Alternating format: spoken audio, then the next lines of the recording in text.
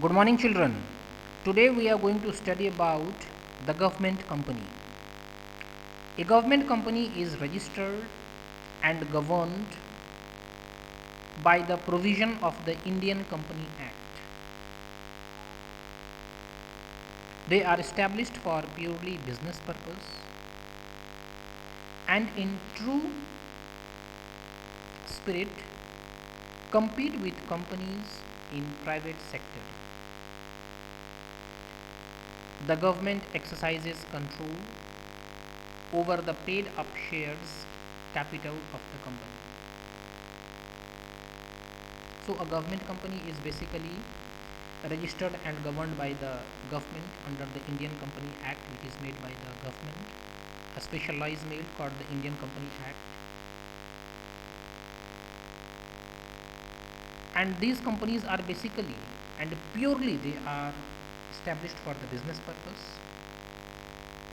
so that they can compete with the private companies. Then how does the government control these companies? They control these companies by buying the shares of that company that is more than 51%. According to the Indian Company Act 1956, a government company means any company in which not less than 51% of the paid up capital is held by the central government or by any state government. So if the state government or the central government is holding a share of the company not less than 51%, then that company is called a government company. Now what are the very good example is Hindustan Insecticides, State Trading Corporation of India, Hindustan Cables, Steel Authority of India Limited. All these are government companies. Now what are the features of the government companies?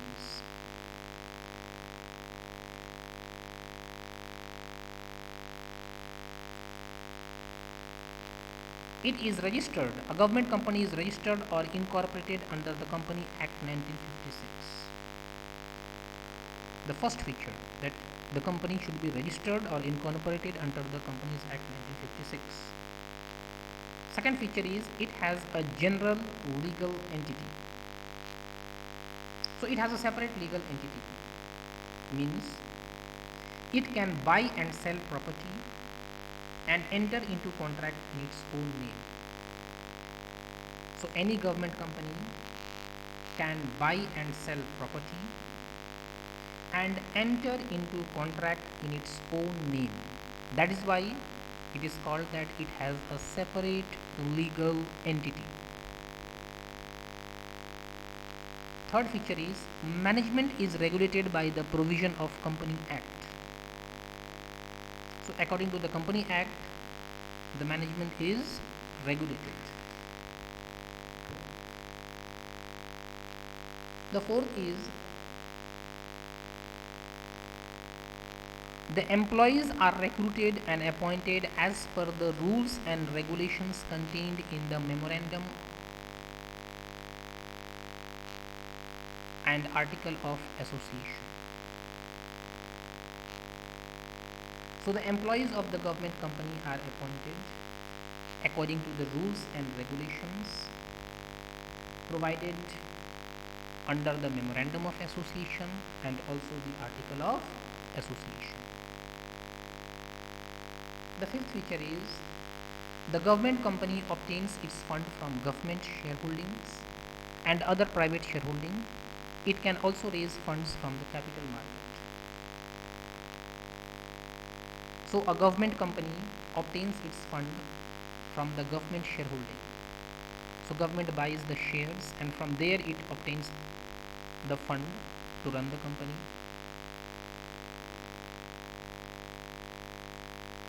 And can also raise the funds from the capital market, that is from the share market. Government companies are exempted from the accounting or audit rules and procedures. Government companies have not to do any audit or accounting rules and procedures.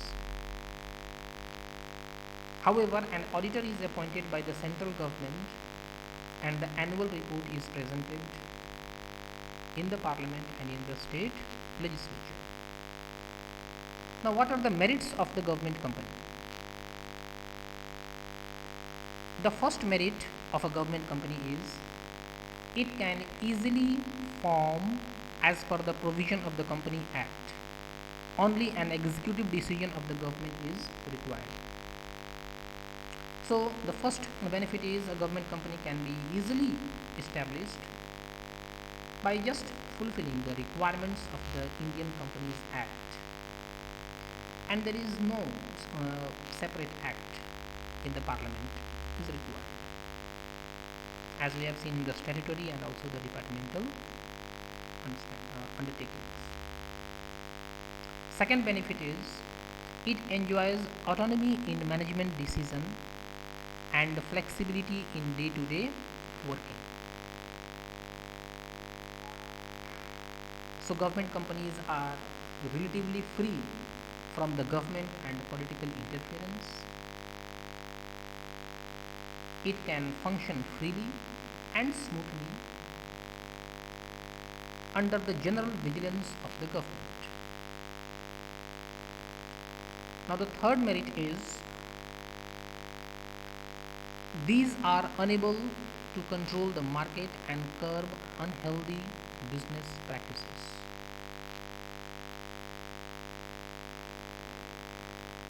The government companies provide goods and services to consumer at a reasonable price. Government company also helps to control the market,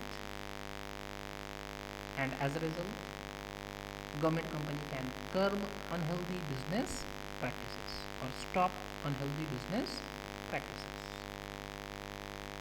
Now there are certain limitations also.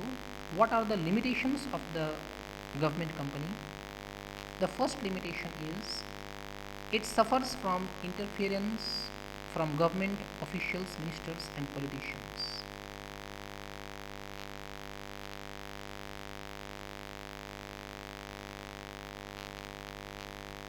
So the first is government is the only shareholder in some of the companies. Thus provision of the Company Act do not have much relevance,